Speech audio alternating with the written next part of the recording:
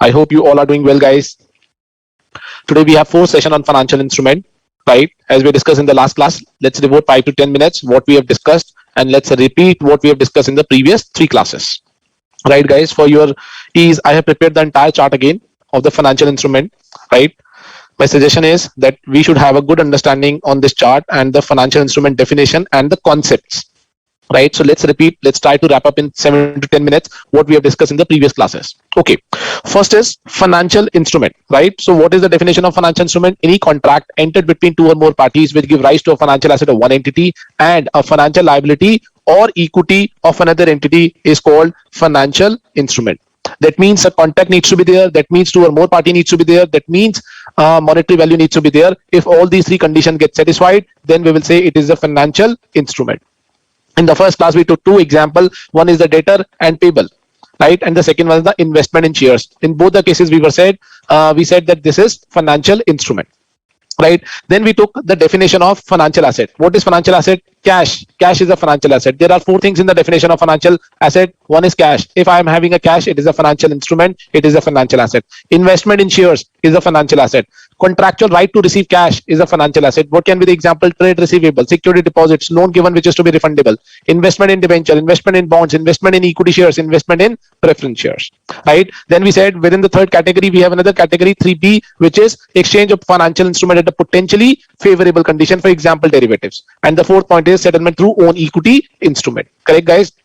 Then we said, what is financial liability? Financial liability, two things as against the four items in the financial asset, right? In financial liability, contractual obligation to pay cash or exchange of financial instrument at a potentially unfavorable condition, for example, derivative. What is the example of trade payable? What is the example of financial liability? Trade payable, borrowing, debentures, bonds, preference shares, mandatory redeemable preference shares, right? These are the example of financial liability. Then we said second item is settlement through own equity instrument, where fixed to fixed gets failed, where the number of shares to be issued are variable in nature.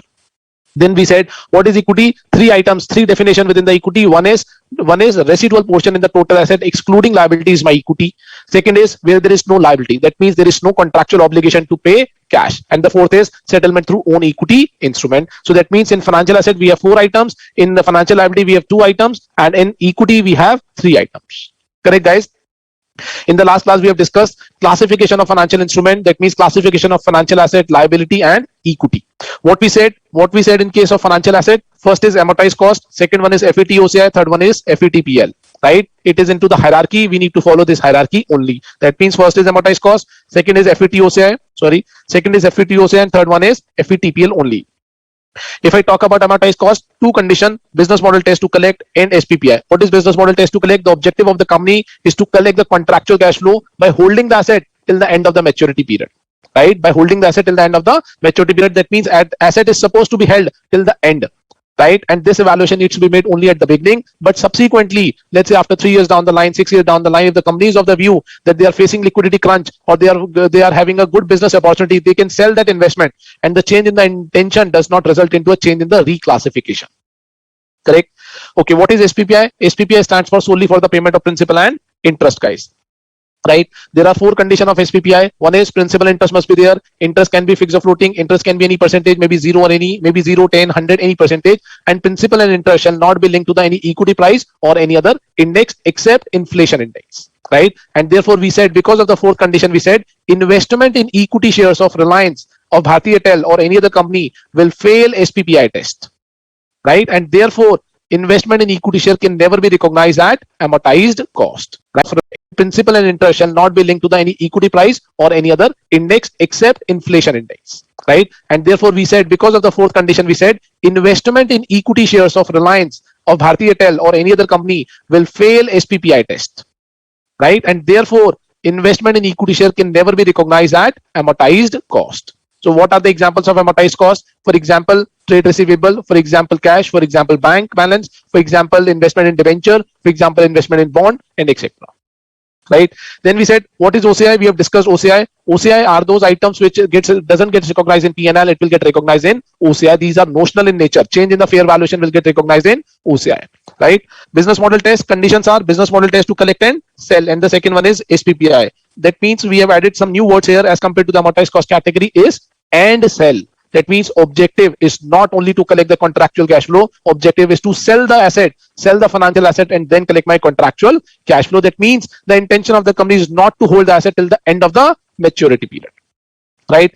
SPPI is common. I mentioned here SPPI is common. If the SPPI gets failed, I have the clear answer, which is FVTPL. Therefore, FVTPL is said as residual category, and if the asset is held for trading, then it will be categorized at FVTPL only. And what can be the other examples? Derivatives. Right?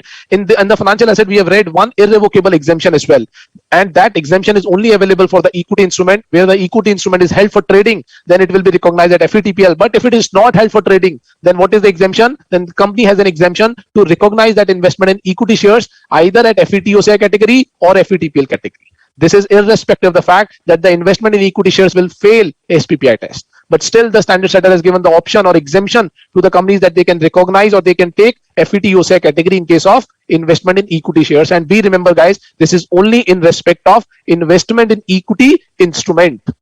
Maybe a preference shares, but preference share needs to be in the nature of equity only. Right? This is what we have discussed in case of financial asset. Right?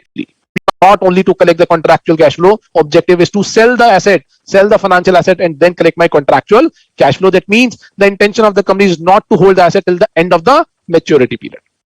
Right?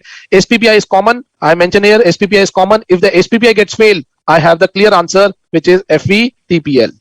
Therefore, FVTPL is said as residual category, and if the asset is held for trading, then it will be categorized at FVTPL only. And what can be the other examples? Derivatives. Right? In the financial asset, we have read one irrevocable exemption as well, and that exemption is only available for the equity instrument. Where the equity instrument is held for trading, then it will be recognized at FVTPL. But if it is not held for trading, then what is the exemption? Then the company has an exemption to recognize that investment in equity shares either at FVTOCI category or FVTPL category. This is irrespective of the fact that the investment in equity shares will fail SPPI test. But still, the standard setter has given the option or exemption to the companies that they can recognize or they can take FVTOCI category in case of investment in equity shares. And we remember, guys, this is only in respect of investment in equity instrument. Maybe a preference shares, but preference share needs to be in the nature of equity only. Right? This is what we have discussed in case of financial asset. Right? In case of financial liability, contractual obligation to pay cash, two categories. One is amortized cost, second one is FVTPL. There is no condition attached, right? It is a default category. What can be the example? Borrowings, loan, security deposit received which is to be payable, loan received which is to be payable, preference shares, mandatory redeemable preference shares. And then we have FVTPL category, held for trading, and derivatives. People generally get confused, sir. What is the meaning of default category? Default category means all liabilities apart from these which have been classified at FVTPL. All liabilities other than these liabilities, they are all categorized at amortized cost only. Now the question arises, sir, how to compute the amortized in case of financial asset and in case of financial liability? What is amortized cost? Carrying value of the financial asset is nothing but a amortized cost of the financial asset, right? Where the interest is to be computed based on effective interest rate. Sir, how it is to be computed? Opening balance plus transaction during the year minus any collection plus any interest and minus any bad debt. It is the closing balance of amortized cost where interest is to be computed based on effective interest rate. Correct, guys? Sir, if I need to compute the amortized cost of financial liability, what is that? Opening balance, transaction during the year, minus any payment, plus any interest is equal to amortized cost of financial liability, guys. Right? Then we discussed equity. What is equity? Residual interest. No obligation, no contractual obligation to pay cash and settlement into own equity instrument where fixed to fixed gets satisfied. Right? We said that there is no classification of equity. Equity is always equity, guys. So in last 10 minutes, guys, we have revised everything what we have discussed in the previous 3 classes. And I'm hoping, guys, you are gaining some sort of more confidence on financial instrument. Right? Now let's start with the beginning, the measurement. Next topic, measurement. Right? Very important. We will discuss measurement. We will discuss transaction cost. Then after that, we will discuss lots of practical examples and questions of study material. Right, guys? Naveen Prakasha said, good morning, sir. And guys, please keep interacting with me through this chat box so that I keep on getting motivation that you guys are actually understanding the session and attending the session. Right? Okay, let's start with new topic today, measurement. As I said earlier, if you have understood the classification and definition of the financial instrument, right? 60% of the standard is in the grip, right? You will see, guys, today itself we will do lots of comprehensive questions. right? And you will see that you have gained the perspective how to compute those numbers, those quantification, those examples, not only from exam perspective, but also we will talk about the practical perspective from the companies. When you guys become a chartered accountant and when you guys go to the market, you guys will be able to understand how to compute the number practically in the Excel from the ground perspective, right guys? Okay, Sairam has raised a question, sir. What is held for trading in case of financial liability? Very good question. So, suppose a business is held, Sairam, a business is held for the purpose of trading. In that particular business, right? A company is having multiple lines: business one, business two, business three. Business three is held for trading. Now, within the business three, there are multiple assets, there are multiple liabilities, there are multiple financial assets, there are multiple financial liabilities. Those financial liability of that business, which is held for trading, is classified as held for trading. I hope this is clear. Okay, guys, let's move on. Measurement. If you have understood the classification, measurement of financial instrument, it's only a 2 minutes job. Right, guys? Okay. First of all, we have discussed financial asset, financial liability, and equity. Correct? Amortized cost, FET OCI, and FET PL. Correct? Here we have amortized cost, FET PL. Right? First is initial recognition.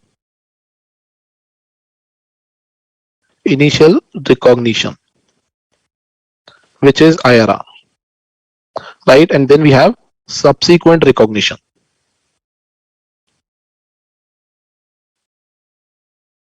Correct, guys? Initial recognition and subsequent recognition. Now, guys, what we have discussed, these are the three categories of the financial asset and two categories of financial liability, and there is no category of there is no category of equity. Right? Initial recognition means day one recognition. At what value I will recognize on day one. Right? So what is initial recognition? Day one. Day one. What is subsequent recognition? On subsequent balance sheet date. Subsequent balance sheet date. Right? That is what the meaning of initial recognition and subsequent recognition. In class 1, we have understood two thumb rule. That means what is the rule of reading financial instrument? One is retrospective application and second one is fair value. Right? Now you guys have to tell me that when I need to record the financial asset at amortized cost, at what value should I recognize? At what value should I recognize, guys? If I need to record the financial asset at amortized cost, right? What value should I mention here that this will be the value? Anyone? Naveen, Sairam? What should I write? What should be the value which I should write here? If I have entered into a transaction, let's say I have invested in the debenture of Reliance, right? At what value should I recognize investment in my books of accounts? Anyone, guys? I will wait for you. Just think about it. I said that two thumb rules we have read in class 1. Apply the logic of those two thumb rules. Okay, now I've got the answer from a couple of people. Fatima is saying fair value. Naveen is saying present value. Sairam is saying opening value. So let's say opening value Sairam is saying. So Sairam is, suppose I've invested today for the first time, right? What is the opening value? There is no opening. So I will recognize at transaction price. I will recognize at transaction price. Right? So this will be fair value. Correct? This will be at fair value. Now, if I've classified my financial asset at FET OCI, again I will do fair value. What is the thumb rule? Retrospective application and fair value. That means each and every transaction needs to be recognized at fair value in the financial instrument.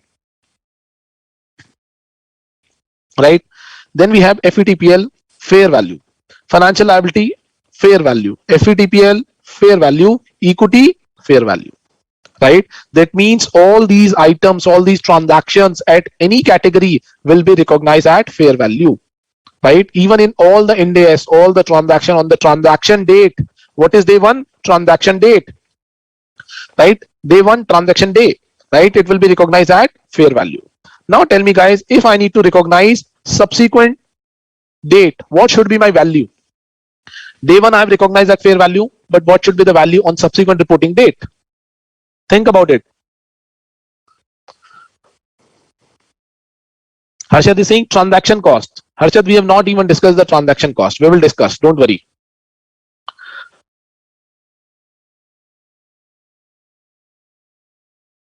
Subsequent recognition, guys, what value I should recognize on the subsequent recognition date? Please think. Answer is written on the canvas itself.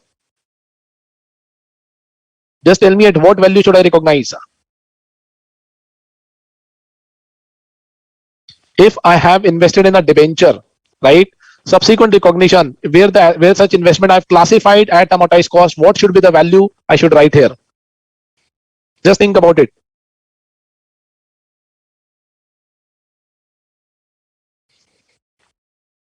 Just think, guys. Just think logically. Answer is already written on the canvas.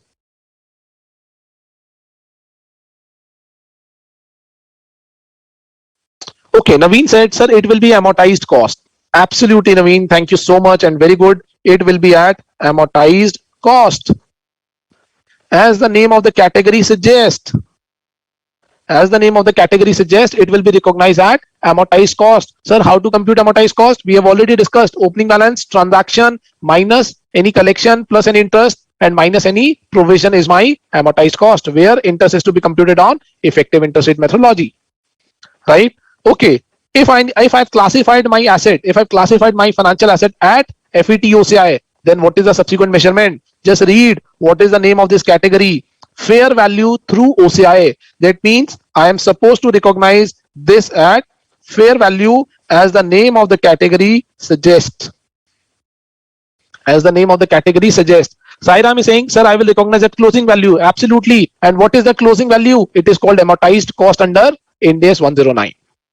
Correct. Similarly, for FVTPL, the name of the category suggests fair value through PNL. And what is the value? It will again be at fair value as the name of the category suggests.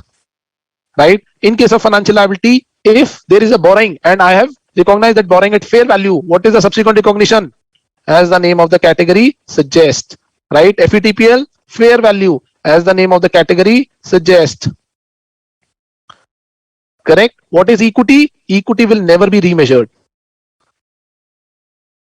Not remeasured. Right? This is another concept of measurement of financial instrument, guys. What is this concept? That on initial recognition, every transaction needs to be recognized at fair value. And what is the accounting in the subsequent recognition? It will be recognized as the name of the category suggests. Right? As the name of the category suggests. Now, when we say it will be recognized at fair value, right? What does it mean? It means change in fair valuation. Change in fair valuation to be recognized in OCI. Right? What does it mean? It means changes in fair value. Changes in fair value to be recognized in P&L. What is the meaning of this fair value? Changes in fair value to be recognized in P&L. Are we guys clear that what is the principle? What is the measurement principle? Right? What is the measurement principle? This is the measurement principle, guys. Now let's go down into the detail of initial recognition. What is fair value on transition date or transaction date? What is fair value on transaction date?